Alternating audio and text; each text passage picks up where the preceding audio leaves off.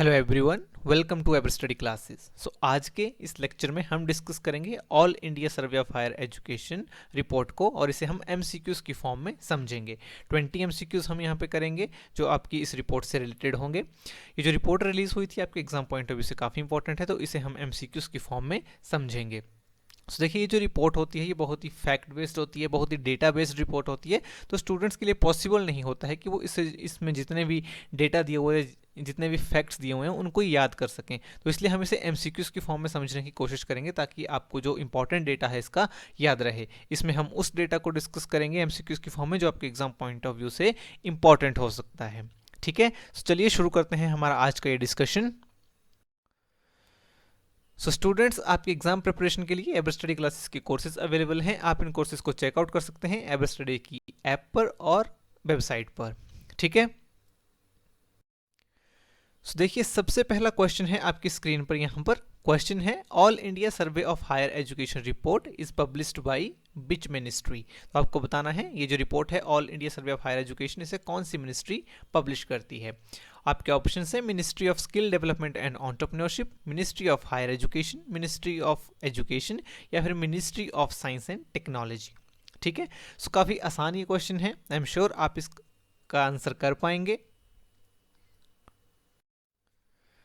देखिए, इसका right answer हो जाएगा option C, ministry of education. तो याद रखना है all India survey of higher education जो रिपोर्ट है इसे मिनिस्ट्री ऑफ एजुकेशन रिलीज करती है। और ये भी याद रखना है कि मिनिस्ट्री ऑफ एजुकेशन का कौन सा डिपार्टमेंट इसको रिलीज करता है। सो मिनिस्ट्री ऑफ एजुकेशन में एक डिपार्टमेंट होता है, डिपार्टमेंट ऑफ हायर एजुकेशन, जो इस रिपोर्ट को रिलीज करता है। ठीक है, now second question is, all India survey of higher education 2019-20 is the dash in the series of all India survey of higher education annually released by the department of higher education। यानी कि आपको बताना है कौन से number का ये सर्वे है, कौन सा एडिशन है। ठीक है, आपके ऑप्शन हैं 10th, 12th, 7th या फिर 9th। सो इसका आंसर करिए, क्या होगा इसका राइट आंसर। तो देखिए, सही आंसर इस क्वेश्चन का हो जाएगा 10th। सो ये जो एडिशन था इस बार का 2019-20 का, ये 10th एडिशन था। ठीक है, जो भी ये पब्लिश किया जाता है by the department of higher education. याद रखना है ये एक एनुअली रिलीज रिपोर्ट होती है, हर साल रिलीज होती है। ठीक है, तो ये भी आपसे एग्जाम में पूछ सकते हैं कि कौन सा ये एडिशन था। तो ये 10th एडिशन था और ये एनुअली रिलीज होती है and released by department of higher education under ministry of education. ठीक है, थर्ड क्वेश्चन है, student enrolment grew from 2015-16 to 2019-20 by how much percentage. तो आपको यहाँ पर बताना है कि स्टूडेंट एनरोलमेंट कितनी परसेंटेज से इंक्रीज हुई। ठीक है, आपके ऑप्शन हैं 11.4%, 13.6%, 25% या फिर 27.1%। ठीक है, सो आंसर करिए इस क्वेश्चन का क्या होगा। So right answer of this question is 11.4%। So याद रखना है स्टूडेंट की जो एनरोलमेंट है हायर एजुकेशन में ओवरऑल वो 2019-20 में अगर हम बात करें, कंपेयर करें उससे 2015-16 से, सो वो 11.4% जो है वो इंक्रीज हुई है। It has increase by 11.4% from 2015-16 to 2019-20। ठीक है, फोर्थ क्वेश्चन है, female gross enrolment ratio is increased by how much percentage in higher education from 2015-16 to 2019-20। ध्यान से क्वेश्चन को पढ़ना है, यहाँ पर आपसे ये नहीं पूछ रहे हैं कि फीमेल ग्रॉस एनरोलमेंट रेशियो कितना है। ठीक है, टोटल रेशियो यहाँ पर नहीं पूछा है, आपसे पूछा है कि ये रेशियो इंक्रीज कितना हुआ है। It is increased by how much percentage. So आपके ऑप्शन हैं 16.5%, 11.4%, 18.2% and fourth option is 20.6%। So कितनी परसेंट से इंक्रीज हुआ है आपको यहाँ पर बताना है। सो जल्दी से आंसर करिए इस क्वेश्चन का। सो राइट आंसर हो जाएगा यहाँ पर 18.2%। सो फीमेल ग्रॉस एनरोलमेंट जो रेशियो है वो इंक्रीज हुआ है by 18.2% in higher education from 2015-16 to 2019-20। ठीक है, so this is increased percentage increase, right, not total gross enrolment ratio. Okay, fifth question है, but is the gross enrolment ratio in higher education in India. So gross enrolment ratio कितना है as पर this report, ये आपको बताना है 25%, 26.5%, 27.1% या फिर 27.4%। बहुत ही इंपॉर्टेंट क्वेश्चन है ये एग्जाम पॉइंट ऑफ व्यू से, तो इसको तो आपको बिल्कुल याद रखना है, ठीक है, कि gross enrolment ratio higher education में कितना है। सो आंसर करिए इस क्वेश्चन का, क्या होगा। राइट आंसर इसका हो जाएगा 27.1%। सो ग्रॉस एनरोलमेंट रेशियो याद रखना है 2019-20 में 27.1% है, ठीक है, 27.1%। इस फिगर को बिल्कुल याद रखना है, ये बहुत इंपॉर्टेंट क्वेश्चन होता है कि ग्रॉस एनरोलमेंट रेशियो कितना है, ठीक है। ग्रॉस एनरोलमेंट रेशियो क्या होता है, उसे कैसे कैलकुलेट करते हैं, आगे क्वेश्चन आएगा, मैं आपको उसमें डिटेल में बता दूंगा, ठीक है। अभी के लिए आप इतना समझिए और याद रखिए कि जो ग्रॉस एनरोलमेंट रेशियो है हायर एजुकेशन में, that is 27.1%। Okay, next question है, pupil teacher ratio in higher education in 2019-20 is. So pupil teacher ratio क्या होता है कि एक टीचर के ऊपर कितने स्टूडेंट हैं, ठीक है। तो आपके ऑप्शन हैं 26, 28, 30 या फिर 40। सो आपको बताना है इन चारों ऑप्शंस में से राइट आंसर क्या है, but is the pupil teacher ratio in higher education. इस क्वेश्चन का आंसर करिए। So what is the right answer? Right answer is 26। तो pupil teacher ratio higher education में 2019-20 में आपका 26 है, और यूनिवर्सिटी और कॉलेज की बात करें तो वो 28 होगा, ठीक है। ओवरऑल हायर एजुकेशन में ये 26 है, ये याद रखना है, ये इस डिफरेंस को, ठीक है। नाउ सेवंथ क्वेश्चन है, arrange the following top 3 states in sequence in terms of student enrolment. तो स्टूडेंट एनरोलमेंट के हिसाब से आपको बताना है टॉप 3 स्टेट्स कौन सी हैं और उन्हें आपको सीक्वेंस में यहाँ पे लगाना है। So, 3 स्टेट्स यहाँ पे दी हुई हैं, तमिलनाडु, महाराष्ट्र एंड उत्तर प्रदेश। आपको बताना है फर्स्ट पे कौन सी है, सेकंड पे कौन सी है और थर्ड पे कौन सी है, ठीक है। सो आंसर करिए इस क्वेश्चन का। So right answer of this question is Uttar Pradesh, Tamil Nadu and Maharashtra. So Uttar Pradesh में अगर हम बात करें, सो हाईएस्ट स्टूडेंट एनरोलमेंट है इंडिया में, ठीक है, इसमें 49% मेल हैं एंड 50.9% फीमेल स्टूडेंट्स हैं, and it is followed by the Tamil Nadu and Maharashtra. Male और फीमेल की परसेंटेज आपको याद रखना ज़रूरी नहीं है, नेट एग्जाम के पॉइंट ऑफ व्यू से। यूपी का अगर आपको स्टेट लेवल का एग्जाम दे रहे हैं तो वहाँ पर पूछ भी सकते हैं, लेकिन नेट के पॉइंट ऑफ व्यू से आपको सिर्फ इतना याद रखना है कि हाईएस्ट स्टूडेंट एनरोलमेंट कौन सी स्टेट में होती है। हाईएस्ट उत्तर प्रदेश में है, सेकंड पे तमिलनाडु एंड थर्ड पे महाराष्ट्र। इतना भी आप यहाँ पर याद रख लेंगे सो आपके लिए एनफ है from the UGC net exam point of view, ठीक है। सो याद रखना है हाईएस्ट यूपी में है, एक तो आपको बिल्कुल पता ही होना चाहिए, ठीक है। 8th क्वेश्चन है, with reference to female enrolment in higher education consider the following statement and mark the correct answer. So 2 statements दी हुई हैं आपके पास यहाँ पर अबाउट द फीमेल एनरोलमेंट। तो स्टेटमेंट फर्स्ट है, there has been an overall increase of over 18% in female enrolment in higher education from 2015-16 to 2019-20। तो फर्स्ट स्टेटमेंट कह रही है कि फीमेल एनरोलमेंट जो है वो 18% से ज़्यादा इंक्रीज हुई है हायर एजुकेशन में। और स्टेटमेंट 2 हमें कह रही है, share of girl students in is lowest in institutes of national importance. National importance के इंस्टीट्यूट्स कौन कौन से होते हैं, NIT, IIT, IIM, triple IT. तो इनमें ये बता रहे हैं कि जो शेयर ऑफ गर्ल स्टूडेंट्स हैं वो लोएस्ट है इन द कंट्री। सो आपको बताना है कौन सी स्टेटमेंट सही है, कौन सी गलत है, क्या दोनों सही हैं, दोनों गलत हैं, या फिर इन दोनों में से कोई एक सही है, ठीक है। राइट आंसर इसका हो जाएगा statement 1 is correct and 2 is incorrect. So देखिए जो ओवरऑल इंक्रीज है फीमेल एनरोलमेंट में वो 18% हुआ है हायर एजुकेशन में, अगर हम इसको कंपेयर करते हैं 2015-16 से टू 2019-20, ठीक है। लेकिन यहाँ पर जो शेयर ऑफ गर्ल स्टूडेंट है इंस्टीट्यूट्स ऑफ नेशनल इंपॉर्टेंस में, यानी कि IITs, IIMs, triple ITs, NITs, उनमें जो है वो लोएस्ट है, ठीक है। तो सबसे कम जो गर्ल स्टूडेंट्स का एनरोलमेंट रहा है वो इंस्टीट्यूट्स ऑफ नेशनल इंपॉर्टेंस में रहा है। और इसमें एक और बात आपको याद रखनी है कि जो फीमेल पार्टिसिपेशन है इन प्रोफेशनल कोर्सेज वो लोअर है in comparison to the academic courses, ठीक है। लोएस्ट नहीं है लेकिन कम है। लोएस्ट कहाँ है, इंस्टीट्यूट्स ऑफ नेशनल इंपॉर्टेंस। और कोर्सेज के हिसाब से बात करें तो प्रोफेशनल कोर्सेज में पार्टिसिपेशन कम दिखती है as compare to the academic courses. तो प्रोफेशनल कोर्सेज कौन कौन से होते हैं, जैसे कि एमबीए है, बीटेक है, ठीक है। तो ये है professional courses, MBBS. So these are the professional courses. Academic courses कौन से होते हैं, जैसे कि बीए, बीएससी, बीकॉम। तो इनमें तो अच्छी हमें दिखती है, लेकिन जो प्रोफेशनल कोर्सेज हैं इनमें फीमेल पार्टिसिपेशन कम दिख रही है, ठीक है, तो ये आपको यहाँ पर डेटा याद रखना है। नेक्स्ट क्वेश्चन है, all India survey of higher education categorise the institutions in 3 broad categories, which of the following is not in these 3 categories. So ये जो हमारा सर्वे है all India survey of higher education, इसमें जो भी institutions हैं उनको 3 ब्रॉड कैटेगरीज में बांट दिया जाता है। आपको बताना है कौन सी उनमें से कैटेगरी नहीं है, नहीं वाला क्वेश्चन है, ध्यान से पढ़ना है ये एग्जाम में भी। तो आपके ऑप्शन है university, college, stand alone institutions and deemed institutions. तो इनमें से कौन सी कैटेगरी नहीं है जो कंसीडर नहीं करी जाती है all India survey of higher education में 3 कैटेगरीज में, ये आपको यहां पर बताना है। सो क्या होगा इसका राइट आंसर?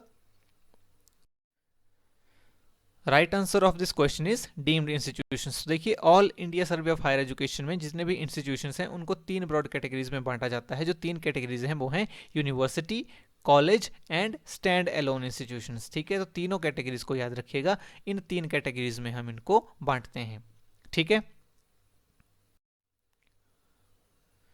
नेक्स्ट क्वेश्चन है, in which of the following state there are highest number of colleges. तो कौन सी स्टेट में सबसे ज्यादा कॉलेजेस हैं इंडिया में? अगर आपको क्वेश्चन नहीं भी आता है, थोड़ी सी कॉमन सेंस लगा के आप इसको आंसर कर सकते हैं।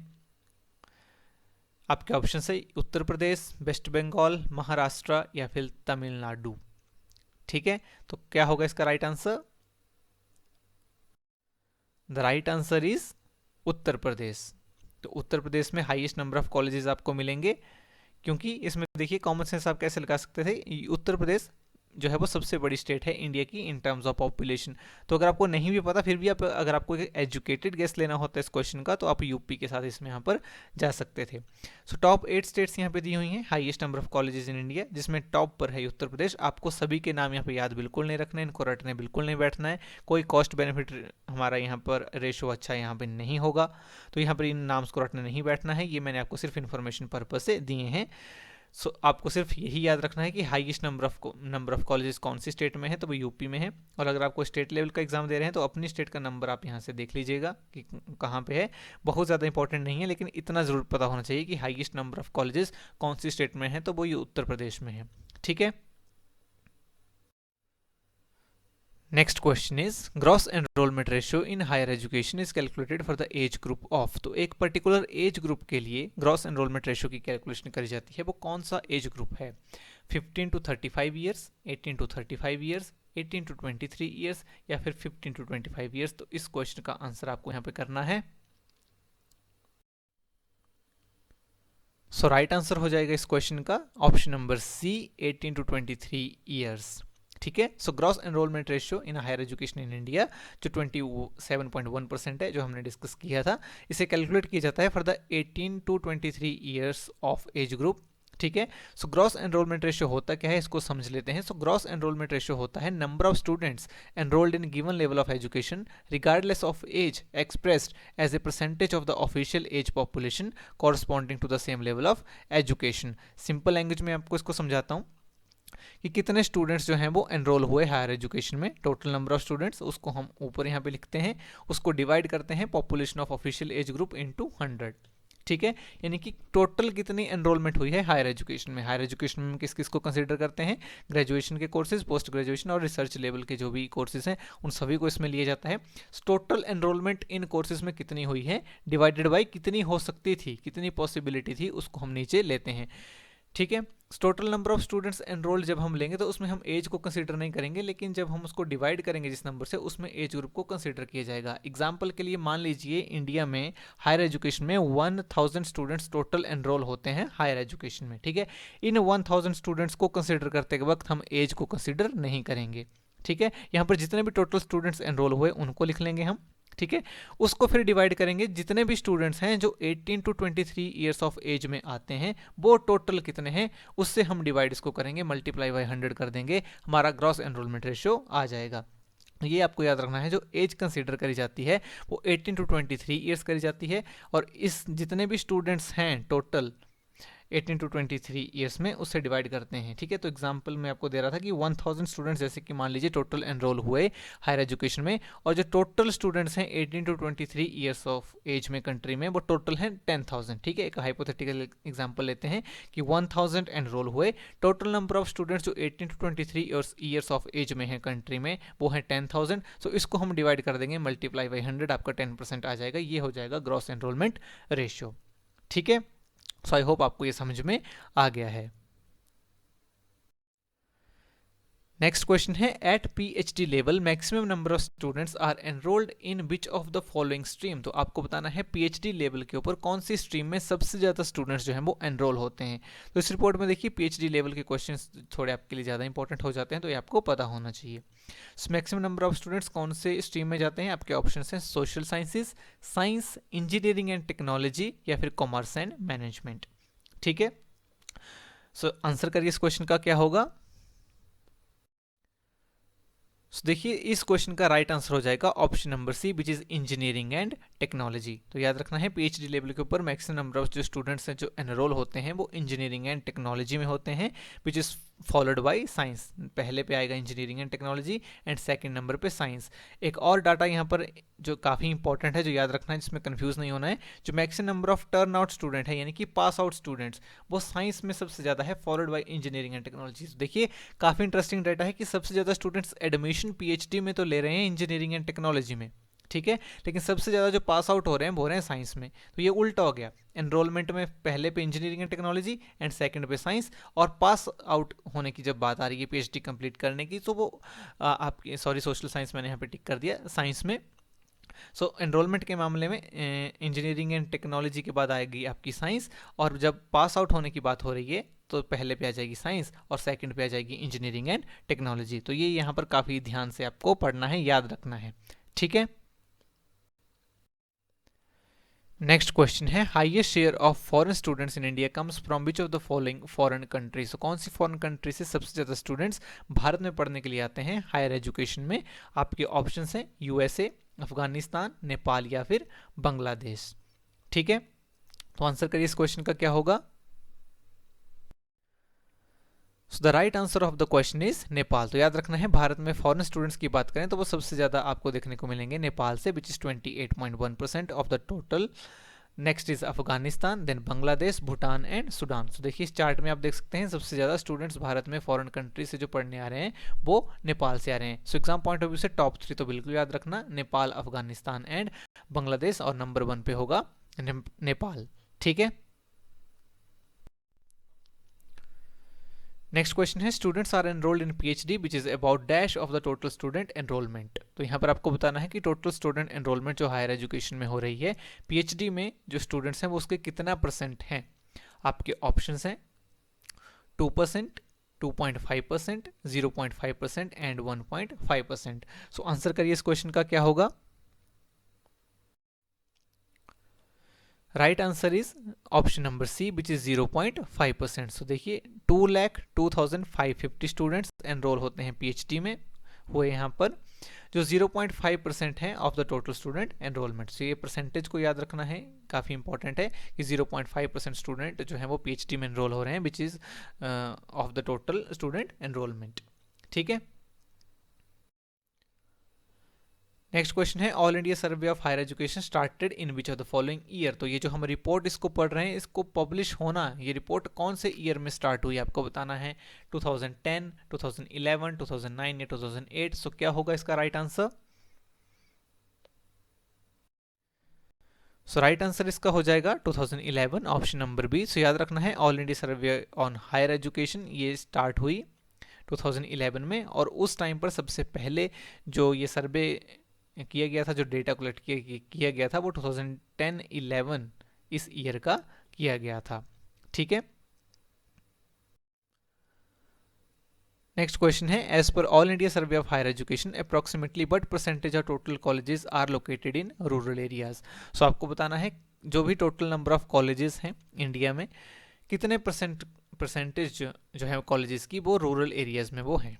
ठीक है, आपके ऑप्शन हैं 60%, 70%, 55% या फिर 67%। सो क्या होगा इसका राइट आंसर।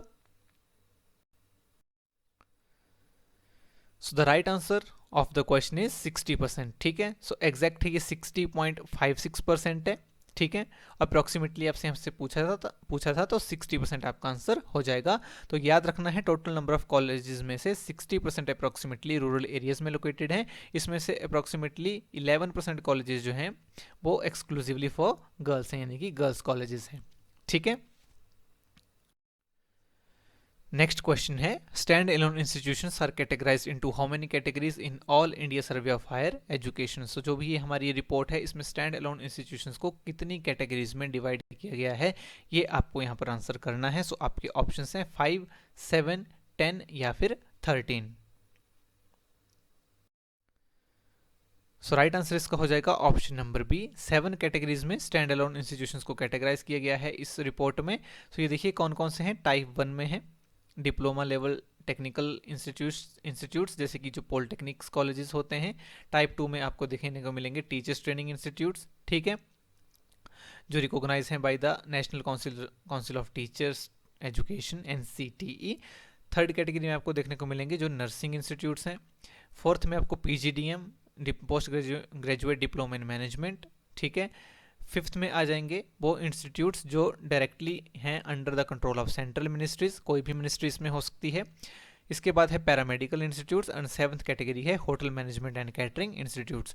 तो स्टैंड एलोन इंस्टीट्यूट्स होते क्या हैं ये भी समझ लीजिए। तो स्टैंड एलोन इंस्टीट्यूट्स वो होते हैं जो किसी एक पर्टिकुलर कोर्स को करवा रहे होते हैं, एक पर्टिकुलर फील्ड से रिलेटेड है। जैसे कि देखिए पैरामेडिकल इंस्टीट्यूट्स हैं, नर्सिंग कॉलेजेस हैं या फिर होटल मैनेजमेंट है। और ये जितने भी इंस्टीट्यूट्स होते हैं ये डिग्री अलॉट नहीं करते हैं, ये डिप्लोमा अलॉट करते हैं, ठीक है। तो ये होते हैं स्टैंड एलोन इंस्टीट्यूट्स, ठीक है।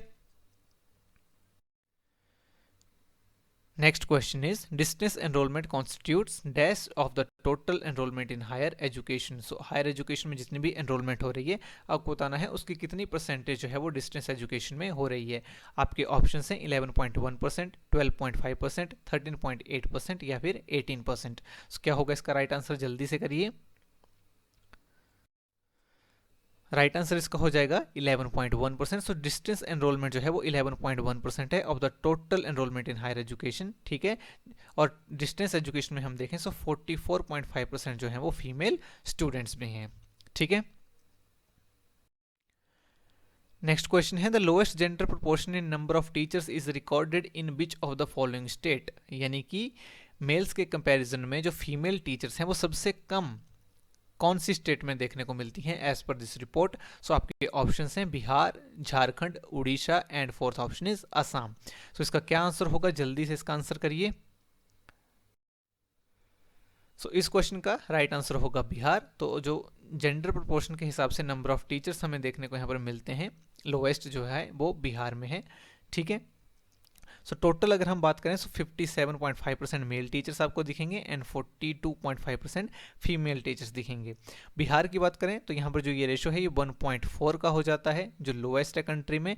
78.4% यहाँ पर मेल टीचर्स हैं एंड 21.6% फीमेल टीचर्स हैं, ठीक है। इसके बाद जो है वो झारखंड आता है, ठीक है। इसके बाद आप देख सकते हैं यहाँ पर उत्तर प्रदेश आ जाएगा, ठीक है। तो सभी का नाम यहाँ पे याद रखने के लिए की ज़रूरत नहीं है, मैंने आपको ऐसे रेफरेंस पॉइंट ऑफ व्यू से दिया है। तो लोएस्ट कहाँ है कम से कम इतना पता आपको होना चाहिए, जो बिहार में है। कुछ ऐसी स्टेट्स भी हैं जैसे कि केरला, पंजाब, हरियाणा, चंडीगढ़, मेघालय, नागालैंड, दिल्ली एंड गोवा। तो इस तरह के कुछ स्टेट्स हैं जहाँ पर आपको फीमेल टीचर्स ज़्यादा देखने को मिलेंगी as compare to the male teachers, ठीक है। सो लोएस्ट यहाँ पर आपको बिहार में देखने को मिलेगा और इन स्टेट्स में आपको यहाँ पर फीमेल टीचर्स ज़्यादा भी देखने को मिल जाएंगी, ठीक है। सो आई होप आपको ये क्लियर है। लास्ट क्वेश्चन है हमारा आज का, as compare to 2015-16 compounded annual growth rate in enrolment in PhD programme is. तो CAGR क्या रहा है PhD प्रोग्राम्स में 2015-16 के कंपैरिजन में इन 2019-20, वो आपको यहाँ पर बताना है। आपके ऑप्शंस हैं 7.6%, 4.5%, 8.5% या फिर 10.5%। इस क्वेश्चन का आपका राइट आंसर हो जाएगा option number C which is 8.5%। तो जो CAGR देखने को मिला है as compare to 2015-16 to 2019-20 PhD programme में वो है यहाँ पर 8.5%, ठीक है। तो देखिए ये एब्सोल्यूट ग्रोथ नहीं है, एब्सोल्यूट हम कैसे कैलकुलेट करेंगे वो 12 यहाँ पर आप देखेंगे सो 1,26,000 451 के कंपैरिजन में हम देखेंगे 2,02,550 को, लेकिन ये एब्सोल्यूट नहीं है, ये CAGR है। यानी कि जब हमने इसको CAGR कैसे कैलकुलेट करते हैं, इसका अपने एक अलग फार्मूला होता है जो फाइनेंस में होता है, तो ये आपके नेट के एग्जाम पॉइंट ऑफ व्यू से कोई बहुत ज़्यादा इंपॉर्टेंट नहीं है।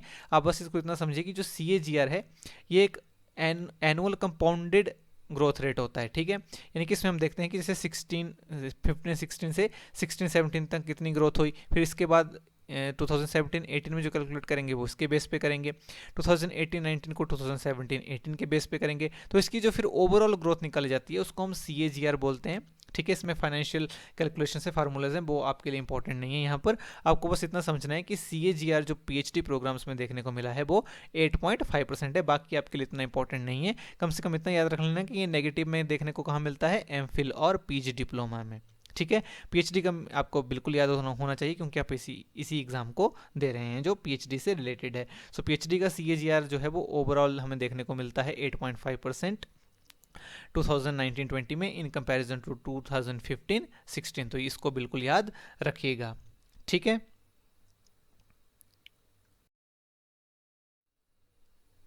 सो ये था हमारा लेक्चर। आई होप आपको पसंद आया होगा, जिसमें हमने MCQs को डिस्कस किया जो बेस्ड थे all India survey of higher education की रिपोर्ट के। तो अगर आपको ये लेक्चर पसंद आया है तो इसको लाइक करिए, इसे अपने दोस्तों के साथ शेयर कीजिए और चैनल को ज़रूर सब्सक्राइब कीजिए। अगर आपको इस लेक्चर की PDF चाहिए तो वो आपको टेलीग्राम चैनल से मिल जाएगी, ठीक है। सो आई होप आपने इस लेक्चर से बहुत कुछ सीखा होगा। Thanks for watching, have a great day.